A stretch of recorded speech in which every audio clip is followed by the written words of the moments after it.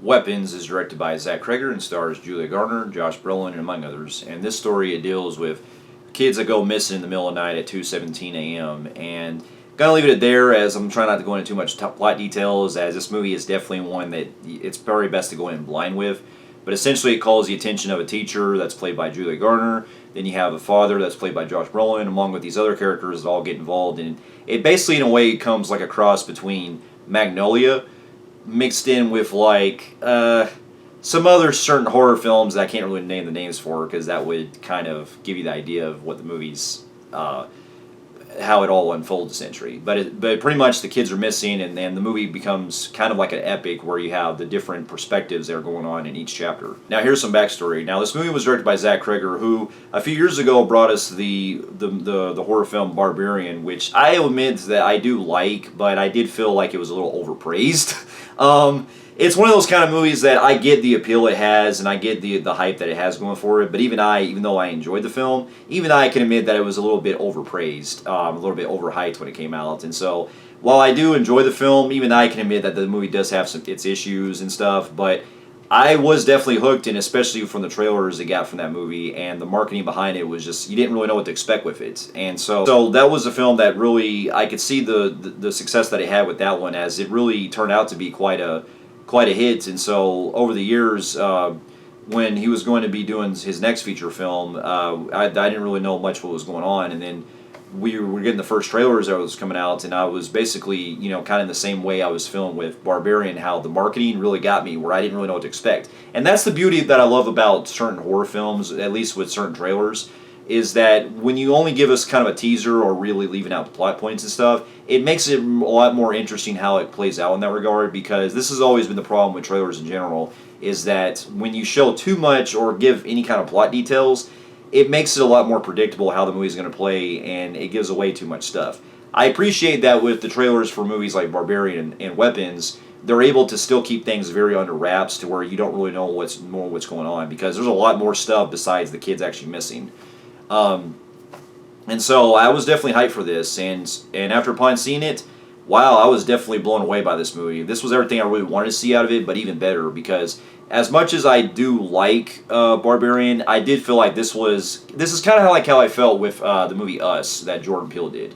How you went from doing Get Out, which I like, I just think that it's a bit overpraised, to doing Us, which I thought was the superior film, and then doing better with Nope.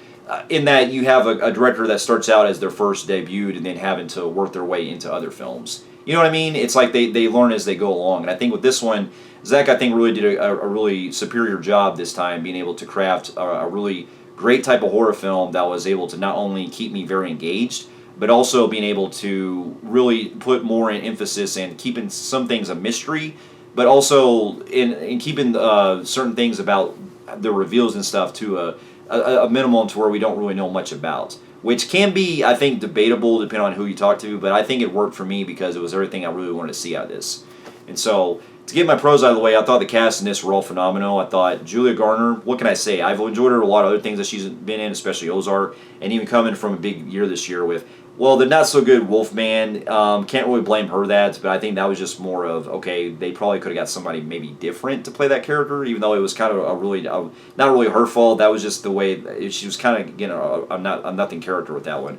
But then when she got to the other one, the Fantastic Four film, I really loved her as the Silver Surfer, so I thought she was great there. And then here, she really gets to finally get a role that I thought was not only, very engaged with, but you do feel you do feel for her in the movie, because it's one of those kind of characters that, she's putting all this blame because she thinks that everyone's against her, and that something happened because she was the teacher of the classroom, and that all of a sudden, she's being targeted, and the way that she's coping and stuff.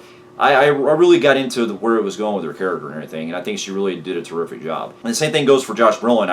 I really enjoyed his performance in this, especially playing the father that's dedicated to find his son and everything. And he was basically giving me a lot of vibes like Hugh Jackman's role in Prisoners, how he'll go to the lengths of going beyond the law and stuff.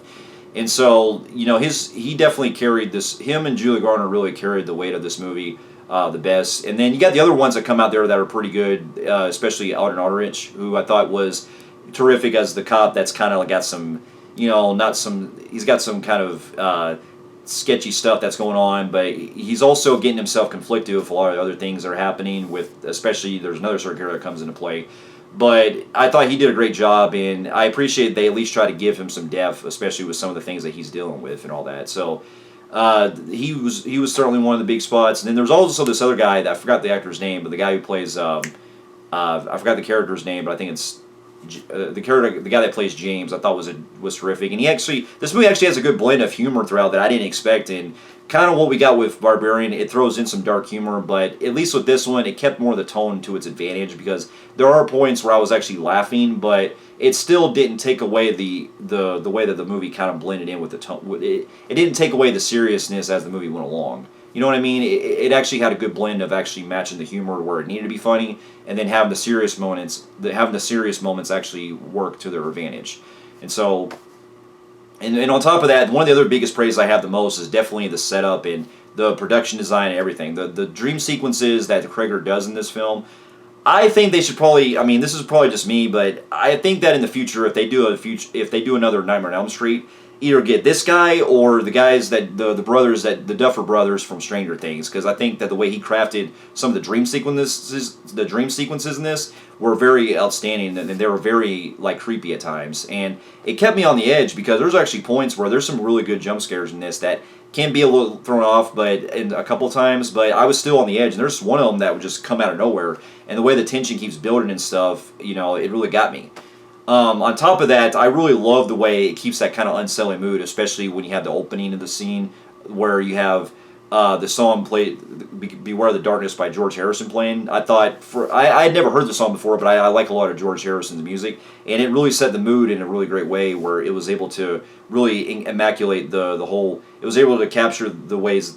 It was able to give you that very kind of beautiful, unsettling vibe, so to speak. And then when we get into the other stuff later down the film, when everything comes together with all the different segments, I appreciate that the movie does build where you get to see the different perspectives. Because the other thing that I love about the direction in this is that for each perspective, for each chapter we get a different perspective, but it also falls into gear of more about who the characters are, so to speak, which I really loved. Because believe it or not, I actually did hear that Zach Cregger actually took inspiration from, funny enough, my favorite movie of all time, Magnolia. And in fact, that's a funny thing I say that, because Alden's character in this actually kind of looks like Jim from Magnolia in that, and it was almost like, okay, that's a kind of a direct parallel there. But the way it also played into that with how all the segments come together, I thought worked strong. And there's also some really good themes about how where the title actually comes from as well, that I appreciate, that I like that the movie goes with. And when it gets its reveal, I will admit that I kind of had a prediction of where it was going, but at the same time, I still was surprised, because there's some really creepy stuff in this film. There's some really creepy stuff that we get into the later part of the later third half that I found that I was actually really, that I was really unnerved with. And I feel like with these kind of movies, I know it's hard to do, because when it comes to your third act, you're having to pretty much take everything and give it a great climax. And I think I feel, and with the climax, how it plays out, I can see some of the things that may be a little comical, but it didn't really take away the mood for me or anything. I could just found myself kind of laughing, because it was kind of like okay, it's satisfying, but I can see that this can definitely be a little out of place, the way it's kind of played into. But it didn't bother me so much.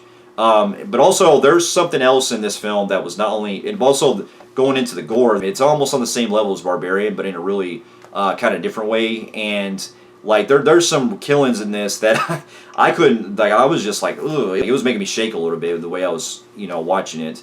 And so there's more going into detail, but if I had to get any, I don't really have little to no flaws in this movie. There might be some like little things here and there they could have improved on with, like maybe have like a better explanation on some stuff when it comes to the way that things do unfold later on. But I say that but I also at the same time understand why they didn't go with that approach, because some movies have the less is more type of vibe, and I actually did buy into it. But there are a couple of times where I'm like, okay, that could have definitely used some more explanation, or at least done something to really kind of build up to it better. You know what I mean? And if you know what I'm talking about, it has to do with some of the characters that are in the film.